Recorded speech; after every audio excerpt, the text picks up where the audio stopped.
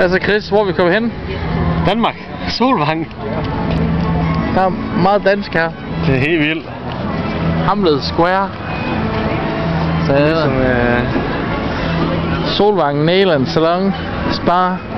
som er god i Danmark, der. Der er jo byfest i dag. I den her weekend.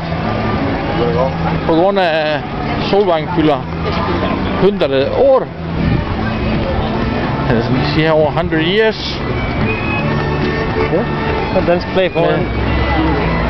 Altså typisk dansk musik kan man jo høre. Jeg ved ikke, om de tror, vi stadig lever i år 1920. Oha, jeg skal lige se de her veteranmotorcykler. Og som I ser på nogle af filmene og billederne, vi vil vise i løbet af det næste stykke tid, så kan I se, at folk de går med vikinghjelm. Men de mener, at vi stadig lever i vikingetiden. Men smukt, det er det der. Meget mærkeligt.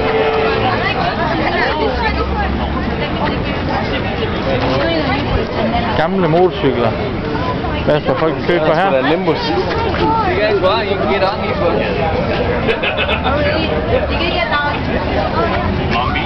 Danske solbriller.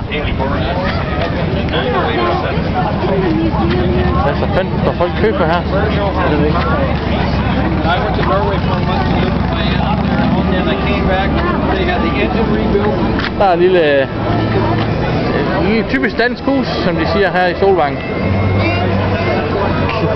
Eller hvad, Chris? Ja, det er sgu ikke. Det er meget mærkeligt. Vi skal lige finde ud af, hvad der er med den her kø her. Så må man få tage billeder med en viking her. Så stiller jeg mig lige op, så kan de få tage billeder med mig. Så kan vi tjene en hurtig boks. Tag billede med en rigtig dansker.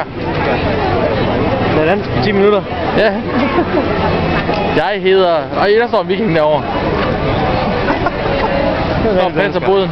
Det er det danske. Nå, det er entryen til buffeten. Der er Danish æbleskiver. Kun $7.